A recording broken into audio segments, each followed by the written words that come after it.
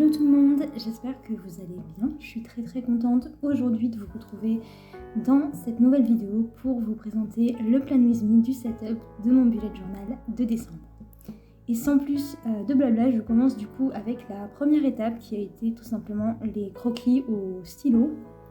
Donc j'ai commencé en fait par réaliser tous mes dessins en fait au stylo sur chacun de mes spreads, voilà, au lieu de les faire au fur et à mesure, tout simplement parce que c'était plus simple pour moi de faire de cette façon-là. Et ça m'a permis aussi d'avancer plus rapidement dans la mise en page de mon setup. Donc là j'ai commencé avec ma page de couverture, vous voyez qu'en arrière-plan on va avoir un chalet et à l'avant on va avoir des animaux, donc un lapin et un renard. Et d'ailleurs il est temps de vous parler de mon thème du mois de décembre. Pour le mois de décembre j'ai choisi une thématique donc assez vaste. J'avais simplement envie de dessiner des paysages de forêt, montagne, chalet, etc. Enneigés avec des animaux. Voilà, donc c'est ce que j'ai fait pour l'ensemble de mes illustrations. Donc comme vous le voyez sur cette page de couverture, il y a une petite particularité, j'ai essayé de dessiner un lac et donc le reflet en fait de la maison ainsi que des arbres devra se retrouver dans l'eau. Et d'ailleurs ça a été je pense la partie la plus compliquée du dessin pour moi à réaliser par la suite. Pour ce qui est du matériel utilisé, donc je suis partie avec mes stylos Pigma Micron comme d'habitude pour tous les croquis au stylo.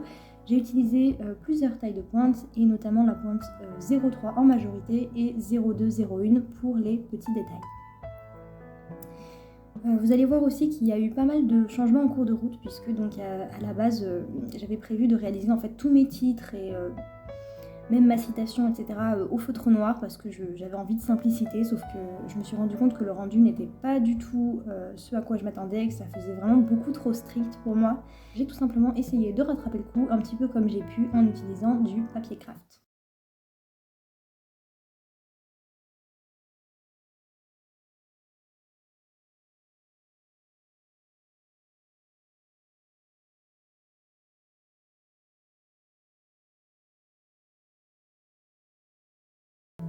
On passe ensuite à la page suivante qui est tout simplement ma page de planning mensuel. Donc je suis assez contente de la façon dont j'ai géré l'espace puisque j'ai réussi à caser 3 illustrations sur cette double page, donc je suis très contente. En haut à gauche, on a donc un petit hérisson qui est tenu en fait dans des mains humaines.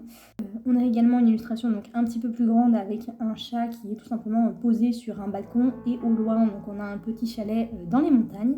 Et enfin pour la troisième et dernière illustration, j'ai choisi de représenter donc 3 loups, voilà, côte à côte, et j'ai ajouté aussi un petit chalet. Pour ce qui est du calendrier en soi, j'ai utilisé donc une mise en page très classique, celle que je fais le plus souvent, donc qui tient en fait sur 2 pages, et donc j'ai uniquement tracé les lignes en fait de mon calendrier et non pas les colonnes.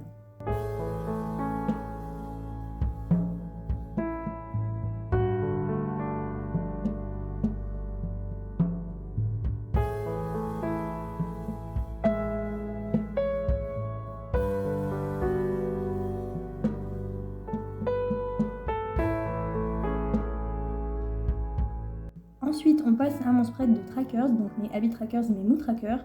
Et cette fois-ci, j'ai réussi à caser en fait mes 2 grilles de trackers sur la même page, donc je suis très contente.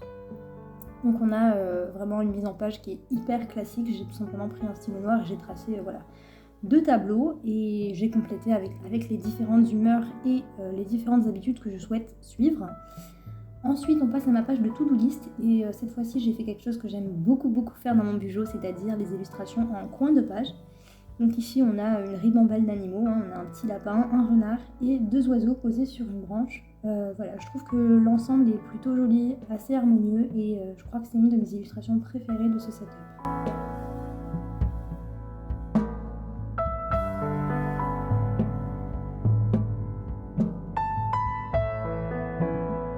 On passe ensuite à mon spread Brandom qui est juste indispensable. Comme vous le voyez, la mise en page ici est un petit peu différente de d'habitude puisque j'ai vraiment un grand espace que j'ai réservé pour l'illustration sur la droite. Donc j'ai dessiné de nouveau voilà, un paysage de forêt en hiver. Et on retrouve donc plusieurs animaux, donc un ours, un petit rongeur qui pourrait s'apparenter à une gerboise, une gerbille, je ne sais pas trop comment ça s'appelle. Mais voilà, c'est l'idée. Et évidemment, au premier plan, on a un cygne qui va donc se trouver au milieu d'un lac.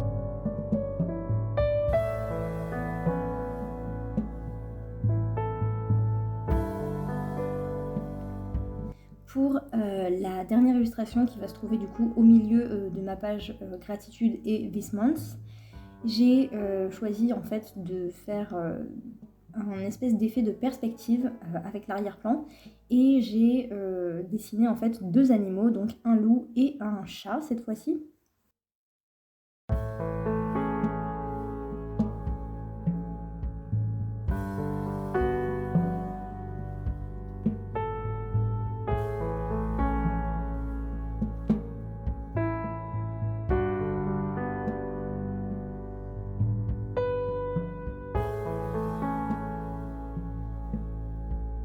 Comme je vous le disais, je suis donc venue dessiner plusieurs chalets avec voilà, une petite route de montagne, des aspérités, etc. pour faire en fait comme si on avait vraiment une sensation de montagne en profondeur en fait derrière les animaux. Et je trouve que voilà, l'effet n'est pas extraordinaire mais ça passe.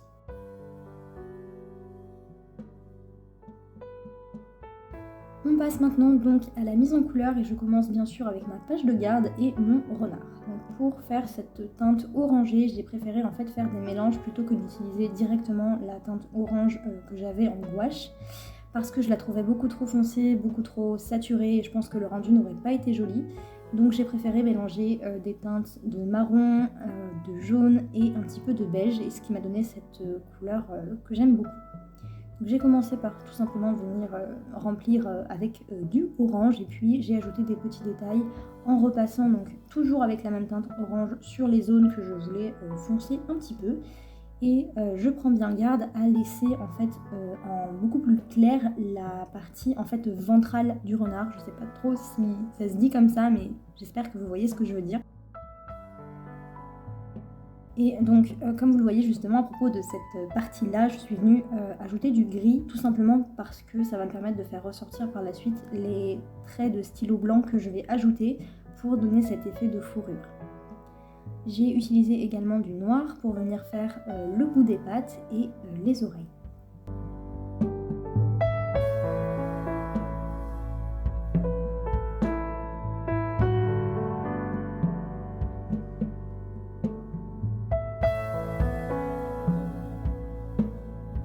On passe ensuite à notre petit lapin. J'ai commencé d'abord par appliquer un mélange de teintes gris-marron sur l'ensemble et puis je suis tout simplement repassée de nouveau au niveau des zones d'ombre. Pour la neige, je voulais pas laisser tout en blanc parce que je pense que ça aurait manqué vraiment de volume et donc voilà, j'ai ajouté des petits détails avec mon aquarelle grise et j'ai aussi ajouté un petit peu de verdure pour rendre le tout un peu plus sympa. Pour le chalet, je l'ai colorisé avec différentes teintes de marron. Voilà, j'ai essayé de varier un petit peu pour que le rendu soit assez harmonieux.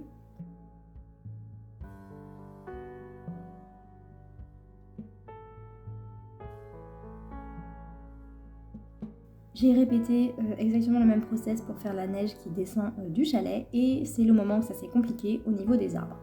Vous voyez que mon croquis en fait de la forêt en arrière-plan était beaucoup trop forcé, beaucoup trop foncé et c'est ce qui a gâché en fait le rendu de cette illustration.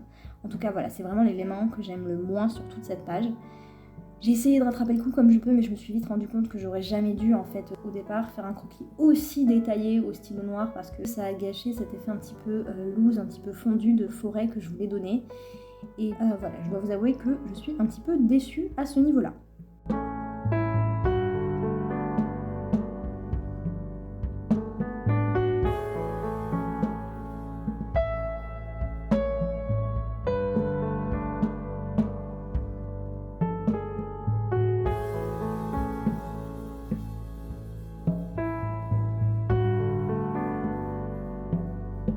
La deuxième chose qui m'a fait pas mal galérer sur cette page, comme je vous le disais tout à l'heure, c'est le reflet en fait dans l'eau. Donc vous voyez que j'ai commencé à ajouter des couleurs que j'ai beaucoup diluées dans l'eau pour donner cet effet très clair en fait, presque aqueux. Et ensuite j'ai ajouté donc de la neige, en tout cas j'ai essayé d'ajouter de la neige sur les arbres, sauf que vu que je n'avais pas encore chopé la bonne technique, la gouache blanche en fait se mélangeait beaucoup trop au vert, ce qui m'a donné cet effet en fait un petit peu trop fondu. Mais c'est pas trop grave, voilà, l'idée est là.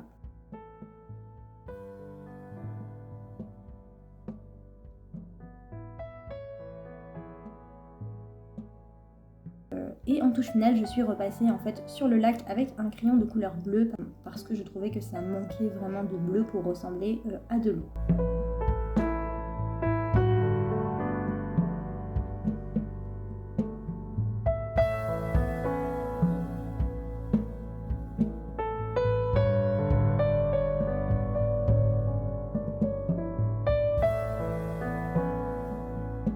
Ensuite, je suis passée à ma page de citations. Donc j'ai choisi une citation toute douce qui représente, je trouve, vraiment très bien l'hiver. Et qui nous dit donc « Frost upon a window pane and softly falling snow, warmth beside a crackling fire while beating north wind blow, books and blankets, steaming tea, the soft glow of an amber candlelight and cozy night, the magic of December ».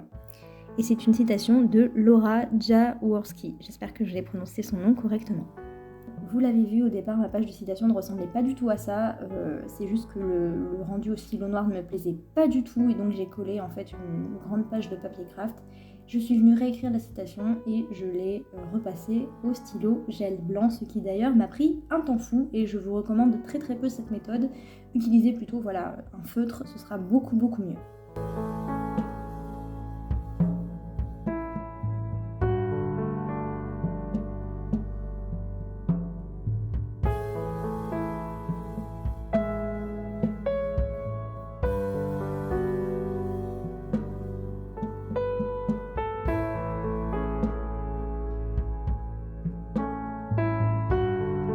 On arrive maintenant à ma page de planning et j'ai commencé donc avec l'illustration voilà, du petit hérisson. Donc j'ai commencé par appliquer la teinte la plus foncée, ensuite j'ai appliqué une teinte crème qui est presque invisible à l'écran au niveau de la partie ventrale et puis j'ai ajouté des petites ombres et en arrière-plan voilà, j'ai peint du bois et j'ai bien évidemment ajouté de la verdure.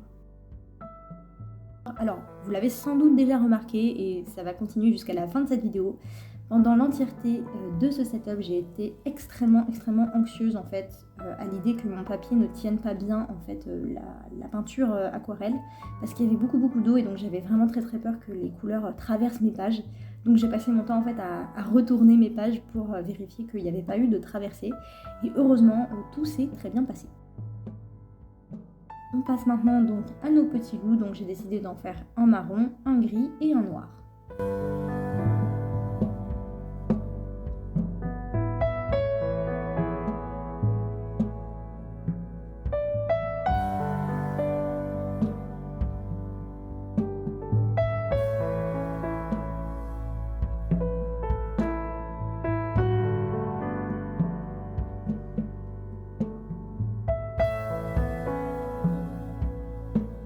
Pour faire le chat, j'ai commencé par utiliser la même teinte que pour le renard, donc cette espèce de orangé marron.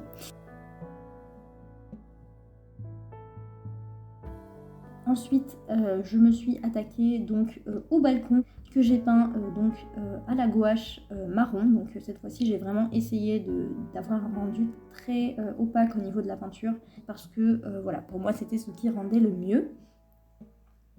Donc voilà, je suis repassée à plusieurs reprises donc, sur cette zone du balcon pour vraiment avoir un rendu bien opaque et bien épais avec la peinture. Et ensuite, je suis venue ajouter donc, les zones d'ombre sur mon chat pour lui apporter un côté un petit peu plus vivant. Et puis là, je me suis rendu compte que j'avais tout simplement oublié une patte qui devait se trouver sur le rebord du balcon. Donc voilà, j'ai essayé de rattraper le coup comme je peux, mais comme vous le voyez, le résultat n'est pas fameux.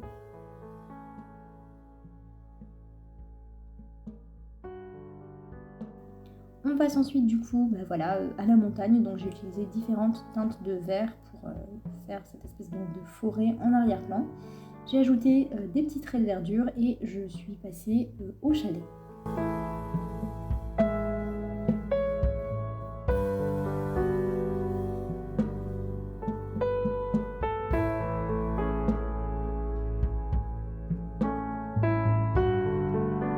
bien sûr j'ai terminé en ajoutant la touche finale à ces illustrations qui est tout simplement l'ajout de la neige que j'ai fait avec de la gouache blanche.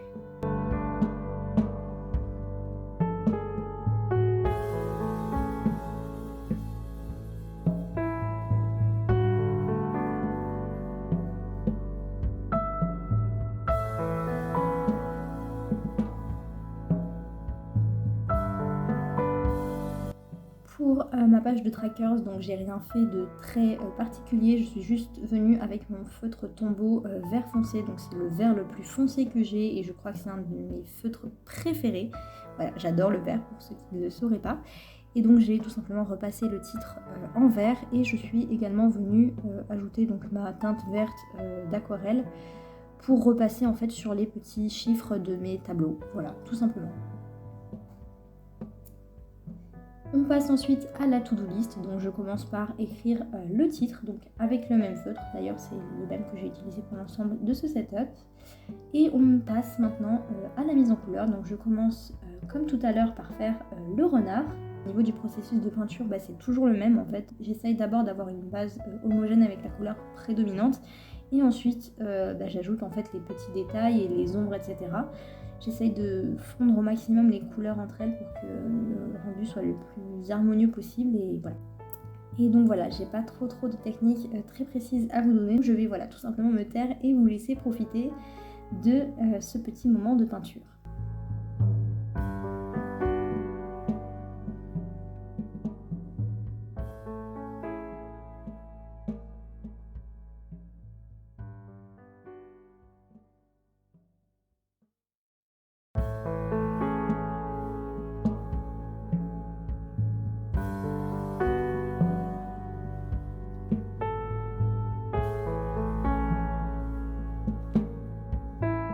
On arrive ensuite à ma page de Braindump, qui est d'ailleurs une page que j'aime beaucoup et je trouve que le rendu de l'illustration est vraiment sympa.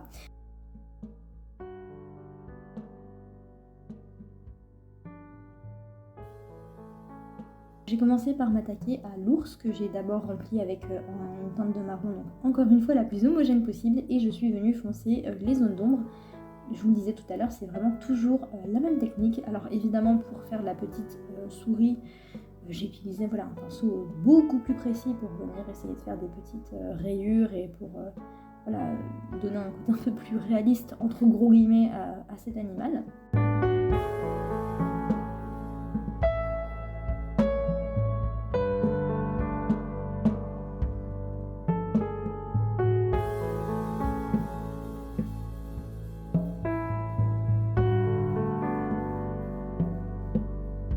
Et enfin, je suis passée au lac, donc j'ai commencé par peindre l'eau avec une aquarelle bleue très diluée. D'ailleurs, j'ai eu très peur de la traversée d'eau à ce moment-là, mais heureusement, tout a fonctionné.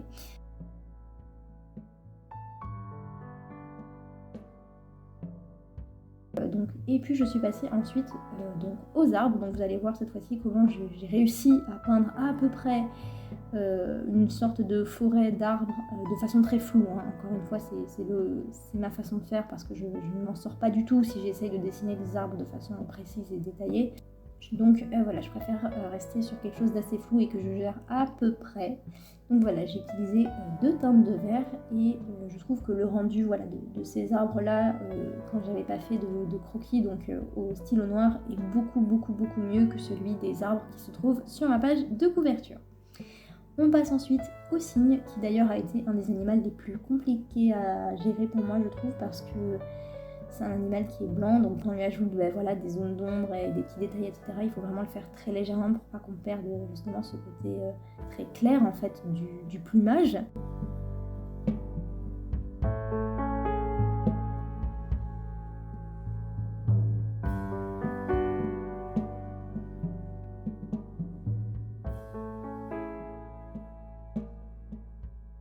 On passe ensuite à la dernière illustration, donc j'ai commencé par coloriser le chat, puis ensuite je suis passée au chalet.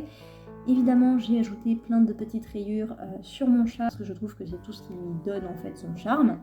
Et ensuite je suis passée au loup, j'ai commencé par ajouter donc une teinte assez neutre, marron très dilué, presque beige. Et ensuite j'ai ajouté donc du gris que j'ai fondu au maximum, que j'ai estompé au maximum.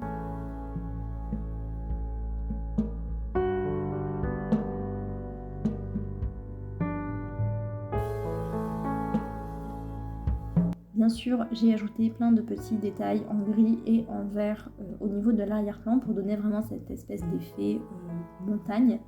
Je sais pas trop si c'est réussi, honnêtement, mais écoutez, les animaux sont plutôt pas mal et pour moi c'était le plus important, donc je suis quand même plutôt satisfaite du rendu de cette illustration.